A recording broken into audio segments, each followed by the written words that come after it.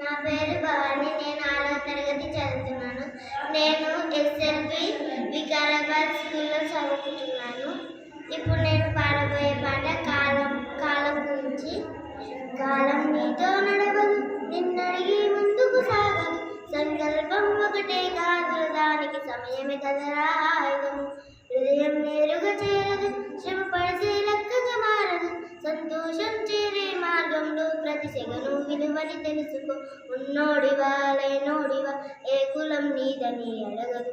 మంచోడివా చెడ్డోడివా, ఏ మృతువు నీదని అడగదు. ప్రేమ జాలి చూపదు, లేదా క్షంగానే ఉండదు. ప్రేమ జాలి